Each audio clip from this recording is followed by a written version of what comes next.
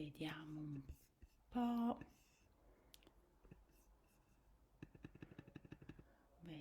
Vediamo se sono in diretta. I see it's connecting and here we are, I think. Yes. Good morning, ladies. Yes, it's a new free English class today. We will be speaking about modal verbs and in particular the modal verbs to express yes, how you could, or you're able to do or not to do certain things. My name is Novella. I'm an English coach and an English teacher. So, can, could, and be able to. Of course, whatever questions you may have, feel free to ask me at any time in the chat. I hope sometimes I don't receive them, the comments right away, so I suppose it will depend on Facebook more than me. But yes, just feel free to type in the comments any question you might have, and then sooner or later, eventually, I will reply. Okay. If you're not watching the video right now, today, Saturday morning, feel free to tag me in the comments in case you have questions, so I'm sure I don't miss any question you may have. Okay, so having said this, yes, one more thing before I forget. All this lesson will come in English as usual, but if you go on the blog, which I will post a link shortly, well, after class, on the blog you can find the lesson in Italian written down, and you can download a PDF with all the information. So, you know, you don't need to write down everything. Okay, what are we going to do today? We are going to take a closer look at the verb can. Following the verb can, we will have a check on could, and then on to be able to. And when we complete the three of them, we are going to yes, to dive deeper into the differences between can, could, and be able to, and have a check on when do you use one or when do you use the other one. Good. So to begin with, let's start with can. I think can is one of the easiest modal verbs. I think it's in the textbook level A2 or something when you start learning English. As a modal verb, you use it to express, you know, when you develop a skill mainly, when you learn how to do something. So the classic example they always use is I can speak English. Can you speak English? As a question. Negative form, you use not. I cannot speak English. Be careful because cannot comes all together in writing. Or you can use the contracted form can't. C-A-N apostrophe T, can't. You can pronounce it can't or can't, you decide. The important thing is that you can hear the T sound at the end, right? Otherwise it's very difficult to understand whether you're speaking the negative, whether you're telling the negative form or the affirmative one. It's always in the present, so you use it to speak about the present or about an action that it's a habit. You know, if you can speak English, it's something that is lasting. It's not changing overnight, you know. Then you have could. So when it comes to could is the past and the conditional form of can. So it's still an ability. It also expresses the likelihood or the probability that something happens or not. When you build the negative form, you also use not. I could not or I couldn't. And yes, I don't know, typical example. I think the example I wrote in the blog post, it's something like my grandfather could speak 5 languages. Could. So probably my grandfather died So yes, but when he was alive, he could speak 5 languages, so in the past.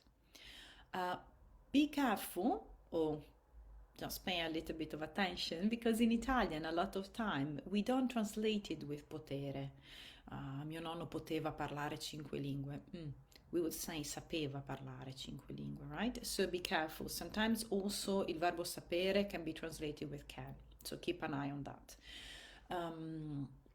You can use could in the conditional form when you want to sound a bit kinder, a bit more polite. So could you make me a coffee, please? Potresti farmi un caffè, per favore?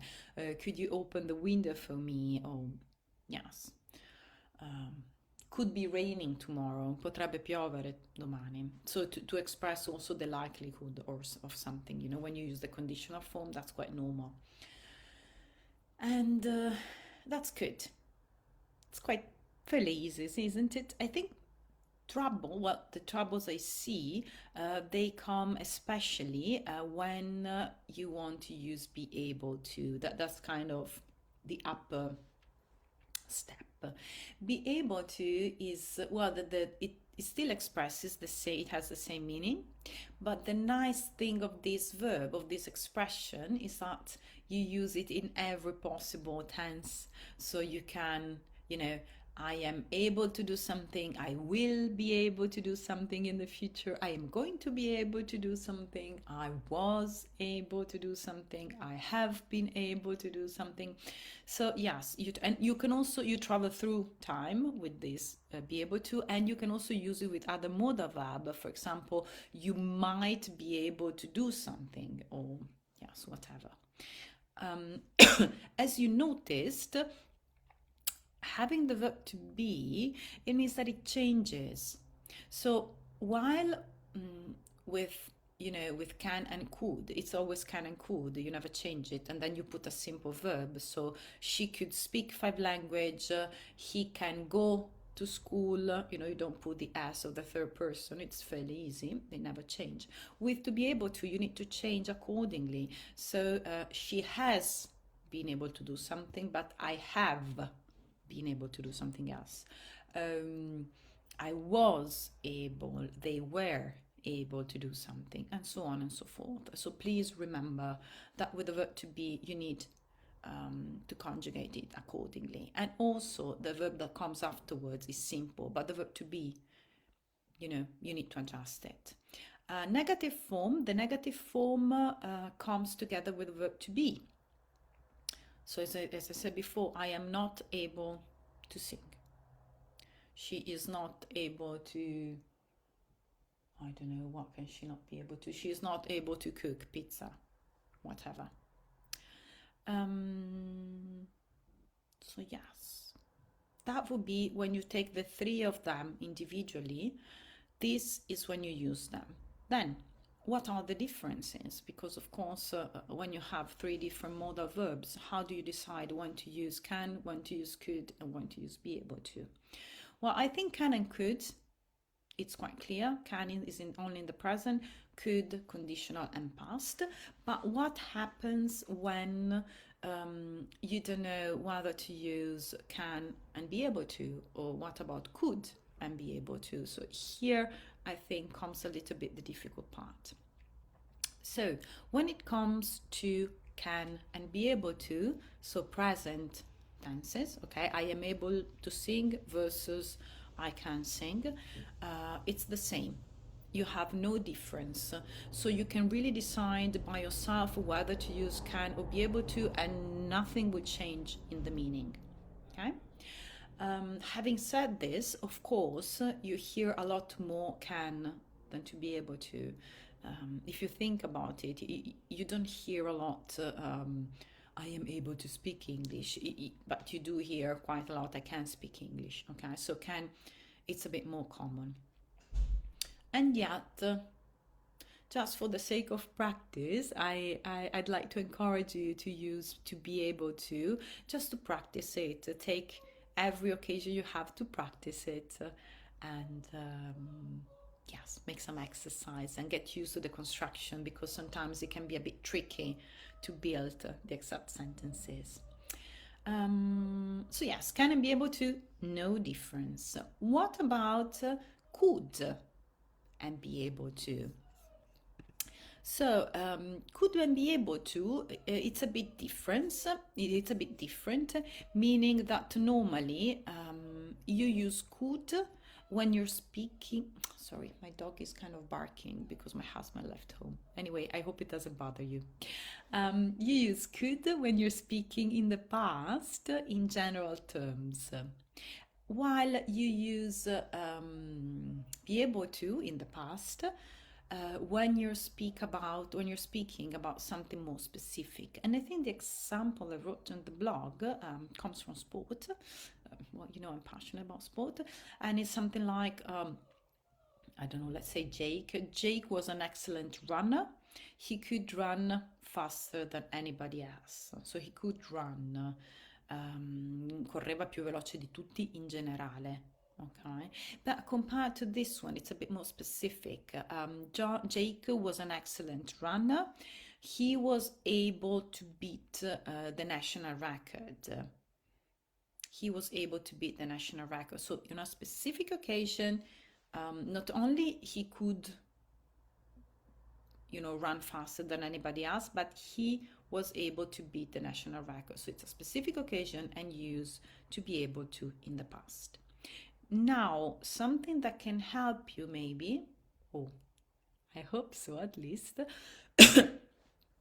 when you use to be able to in the past, since it's a successful event, or not a successful event, maybe can also be negative, of course, but it's a specific event, you can replace it with managed to. To manage to do something means riuscire a fare qualcosa, okay? So Jake was an excellent runner. He managed to beat the national record. He managed to beat, è riuscito a battere il record nazionale. So when you can replace to be able to with managed to, that's when you use it, okay? And yes, that's it, I think. That's all the differences there are between can, could, and be able to. So let me just sum up. So to wrap up these English classes, this free English class, you use can to express a skill or an ability in the present.